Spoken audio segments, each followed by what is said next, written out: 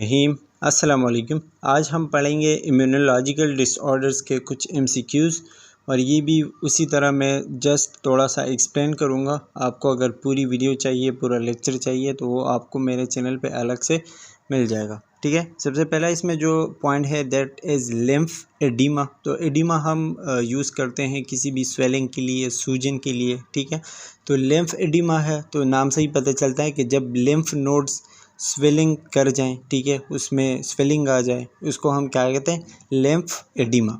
Number 2, lymphoid organs होते हैं कुछ हमारे बॉडी में, वो कौन कौन से हैं? Lymph nodes, spleen, thymus and tonsils. ये 4 लिम्फॉइड ऑर्गन्स है और इनका फंक्शन क्या है कि हमारी बॉडी को डिफेंस प्रोवाइड करना, मतलब इम्यूनिटी प्रोवाइड करना, इम्यूनिटी बनाना, ये इनका मेन काम है। Number 3, thymus. थाइमस क्या है? हमारे बॉडी का आप कह सकते हैं कि एक ऑर्गन है जहाँ पे टी सेल्स जो होते हैं वो मैच्योर होते हैं। ये आपने याद रखनी है, ये पॉइंट्स जितने भी है सारे इंपॉर्टेंट है, मतलब इसमें कोई भी चीज़ आपने इग्नोर नहीं करना है। ठीक है, तो टी सेल जो हमारे इम्यूनिटी के होते हैं वो यहाँ पे थाइमस में मैच्योर हो जाते हैं, सीक्रेट हार्मोन्स थाइमोपोएटिन एंड थाइमोसिन्स। ये 2 हार्मोन्स भी थाइमस से रिलीज़ होते हैं, थाइमोपोएटिन एंड थाइमोसिन्स। अच्छा जी, number 4, immune system. Immune system क्या है? हमारे बॉडी की एक फाइटिंग एबिलिटी है किसी भी पैथोजन के ख़िलाफ़, किसी भी माइक्रोब के ख़िलाफ़, जो हमें बीमारियों से बचाता है और हमें महफूज रखता है। ठीक है, इम्यूनिटी में कौन कौन सी चीज़ें आती हैं? आपके WBCs, आपके प्लेटलेट्स, आपके red blood cells, bone marrow, lymphoid tissues, ये सारी चीज़ें आपके इम्यून सिस्टम में आते हैं। इस पे भी मैंने बहुत डिटेल के साथ एक वीडियो बनाई है, बल्कि 2 बनाई है, तो वो भी आप देख सकते हैं। अच्छा जी, इसके अलावा हमारे इम्यून सिस्टम में एक और किस्म के सेल्स आते हैं जिसको हम बी लिम्फोसाइट्स कहते हैं। वो मैच्योर होते हैं बोन मेरो में। इसमें आप कंफ्यूज होंगे, टी लिम्फोसाइट आपके थाइमस में, टी से टी सेल्स और टी से थाइमस। ठीक है, तो टी सेल जो है वो आपके थाइमस में मैच्योर होंगे और बी लिम्फोसाइट जो है वो आपके बोन मेरो से ही मैच्योर होंगे। टी लिम्फोसाइट वही बात है कि थाइमस में मैच्योर होंगे। Number 6, antibody. वाई शेप होता है, ये याद रखना है ये पॉइंट। एंटीबॉडी किस तरह होता है? वाई शेप होता है और ये हमारे बॉडी में एज ए डिफेंस मैकेनिज़्म काम करता है। ठीक है, ये हम मुख्तलिफ़ किस्म के तरीक़ों से लेते हैं अपने बॉडी में, या तो थ्रू वैक्सीन लेते हैं, बॉडी ख़ुद भी बनाती है। ठीक है, और इसका काम ये होता है कि बाहर से जो भी माइक्रो ऑर्गेनिज़म या पैथोजेंस वगैरह आएंगे उनको ख़त्म करना, उनके ख़िलाफ़ लड़ना। Number 7, antigen. एंटीजन क्या है? जिसके ख़िलाफ़ एंटीबॉडीज़ अपना काम करते हैं, मतलब बाहर से आई हुई कोई भी चीज़ जो कि आपके बॉडी के इम्यून सिस्टम को ट्रिगर करे, मतलब उसको जगाए। ठीक है, उसको हम क्या कहते हैं? एंटीजन। अच्छा जी, नंबर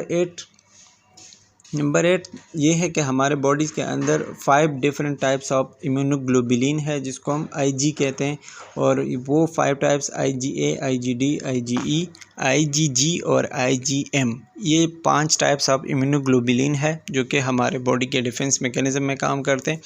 उसमें जो सबसे ज़्यादा IG है दैट इज़ IgG, जो कि आपके बॉडी में तकरीबन 75% पाया जाता है और स्पेशली ये इंटरस्टिशियल फ्लूइड वगैरह में पाया जाता है। ठीक है, और स्पेशली ये इम्यून सिस्टम में काम करता है। इसके बाद जो मोस्ट एबंडेंट है दैट इज़ IgA, जो कि 15% है, ये भी बॉडी फ्लूइड में पाया जाता है। ठीक है, और इसके अलावा IgM जो है वो 10% है। और इसके बारे में आपने ये बात याद रखनी है कि जो भी पैथोजन जब भी हमारे बॉडी में आता है तो सबसे पहले उसका पाला IgM से पड़ता है, मतलब सबसे पहले IgM उसके ख़िलाफ़ जाके काम करता है या उससे लड़ता है। IgD जो है ये 0.2% है, ये भी बॉडी फ्लूइड में पाया जाता है, लेकिन इसका जो मेन काम है वो अभी तक कोई क्लियर नहीं है, लेकिन है बॉडी में। ठीक है, IgE जो है वो 0.004% है और ये स्पेशली जो एलर्जिक रिएक्शंस होते हैं, ठीक है, उनमें काम करता है।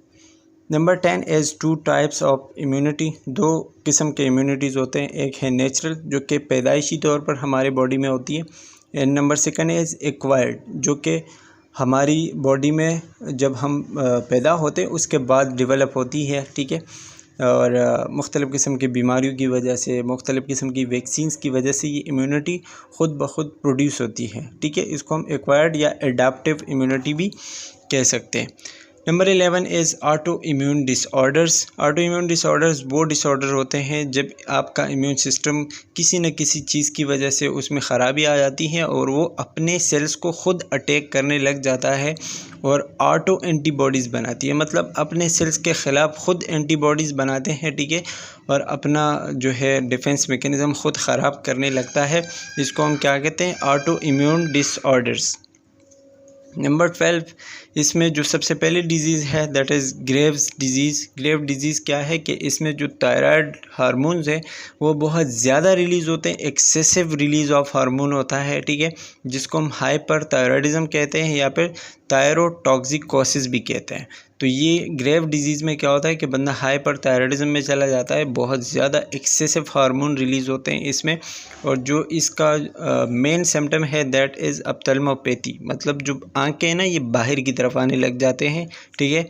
अगर मतलब आपने कोई ऐसा पेशेंट देखा तो स्पेशली जिसकी आँखें बाहर आ रही है, मतलब बहुत ज़्यादा बाहर की तरफ है, तो ये may be possibly Graves disease का मरीज़ हो, ठीक है। Number 13 is systemic lupus erythematosus. ये क्या है? Multi system chronic inflammatory disease of chronic tissue, मतलब ये इसमें बहुत सारे आपके सिस्टम्स इन्वॉल्व होंगे, आपका रिस्पायरेटरी, डाइजेस्टिव और कार्डियोवास्कुलर, बहुत सारे सिस्टम इन्वॉल्व होंगे और सारे एक ही टाइम पे अफेक्टेड होंगे, ठीक है, SLE में। इसको हम सिस्टमिक लूपस एरिथमेटोसिस कहते हैं, ठीक है। Number 14 is ग्लूमोनेफ्राइटिस। ग्लूमोनेफ्राइटिस क्या है कि किडनी का इन्फ्लेमेशन है, नेफ्राइटिस का, नेफ्रॉन जो हमारे हैं, ठीक है, उनका इन्फ्लेमेशन क्या कहते हैं? ग्लूमोनेफ्राइटिस। रूमेटॉइड अर्थराइटिस क्या है? ये तो आप सबको पता है कि जोड़ों की जो बीमारी होती है, इन्फ्लेमेशन ऑफ साइनोवियल जॉइंट्स या साइनोवियल मेम्ब्रेन ऑफ जॉइंट्स, ठीक है, उसको हम रूमेटॉइड अर्थराइटिस कहते हैं। अच्छा, मल्टी स्क्लेरोसिस या मल्टीपल स्क्लेरोसिस क्या होता है कि chronic unpredictable disease of CNS, जिसमें आपका माइलिन शीट जो है वो ख़राब हो जाता है, हमारे न्यूरॉन्स के शीट जो होते हैं, ठीक है, वो किसी न किसी वजह से ख़राब हो जाते हैं। क्रॉनिक अनप्रेडिक्टेबल है, मतलब कोई पता ही नहीं चलता और ख़राब हो जाता है, ठीक है। अच्छा जी, नंबर 17 एसिटाइलकोलिन। एसिटाइलकोलिन ये एक न्यूरोट्रांसमीटर है जो कि पैगाम लेके जाता है ब्रेन्स तक, ठीक है, और ब्रेन से वापस लेके आता है, और स्पेशली मसल से ये, मतलब मसल का कंट्रैक्शन करवाता है, तो मसल को ये ब्रेन के साथ कनेक्ट करता है। अब माइसेंथिया ग्रेविस एक डिज़ीज़ है जिसमें आपके ये एसिटाइलकोलिन जो है वो, इसका जो मतलब फीडबैक है वो ख़राब हो जाता है, इसमें कमी आ जाती है और इसकी वजह से आपके न्यूरोमस्कुलर जंक्शंस में ख़राबी आ जाती है, आपके मसल सही से काम नहीं करते, बिल्कुल स्पेज़म में बंदा चला जाता है, ठीक है। तो एसिटाइलकोलिन एक केमिकल या एक न्यूरोट्रांसमीटर है, अगर इसकी कमी आ जाए और मसल ख़राब होने लग जाए तो उस बीमारी को हम क्या कहते हैं? माइसेंथिया ग्रेविस कहते हैं, ठीक है, MG शॉर्ट में आप कह सकते हो। और ये MG have 90% I involvement and facial immobility. ज़्यादातर मरीज़ जो होते हैं MG के, उनमें आइज़ ड्रॉप होने लग जाते हैं, आइज़ ख़राब होते हैं, ठीक है, कि उनके जो फेशियल एक्सप्रेशंस है वो ख़राब हो जाते हैं। और number 20 is Parkinson disease. Parkinson disease क्या है? A disease of brain which control the part of the brain regulate movement, मतलब ये आपके ब्रेन के उसी हिस्से पर इफ़ेक्ट करता है, उसी हिस्से को असरअंदाज करता है जहाँ से आपके ब्रेन क्या करता है? आपके मूवमेंट्स कंट्रोल करता है, मतलब जहाँ से आपके मूवमेंट्स कंट्रोल होते हैं ना आपके ब्रेन के, उसी पार्ट को ये क्या करते हैं? अफेक्ट करते हैं, और बंदा फिर ना चल पाता है, ना कहीं बैलेंस में खड़ा हो पाता है, ठीक है। तो ये मसले पार्किंसन डिजीज़ में आते हैं। इसके अलावा जॉर्गन सिंड्रोम है, तो जॉर्गन सिंड्रोम क्या कहते हैं? Chronic dysfunction of exocrine gland which result in dryness of mouth, eyes and areas covered by membranes. अच्छा, जॉर्गन डिजीज़ में आपके एक्सोक्राइन ग्लैंड जो है वो ख़राब हो जाते हैं और उसकी वजह से, मतलब जहाँ पे भी कोई म्यूकस सिक्रीट हो रहा हो, कोई मेम्ब्रेन हो, कोई भी फ्लूइड हो, ठीक है, जैसे कि हमारे आइज़, हमारी माउथ, हमारी नोज़ वगैरह, ठीक है, इसमें क्या होता है कि वो ड्राइनेस आ जाती है, बिल्कुल खुश्क हो जाती है जॉर्गन सिंड्रोम की वजह से, ठीक है, किसी न किसी किस्म की फ्लूइड हो, ठीक है, तो वो क्या होता है कि वो इस चीज़ की वजह से ख़राब हो जाता है, बिल्कुल ड्राई हो जाता है। सो that's all about the auto immune disorders. और ये कुछ MCQs मैंने बनाए थे, मैंने कहा आपके साथ शेयर करूं। आई होप कि आपको समझ आ गए होंगे। So that's all for today, thanks for watching, take care, bye bye.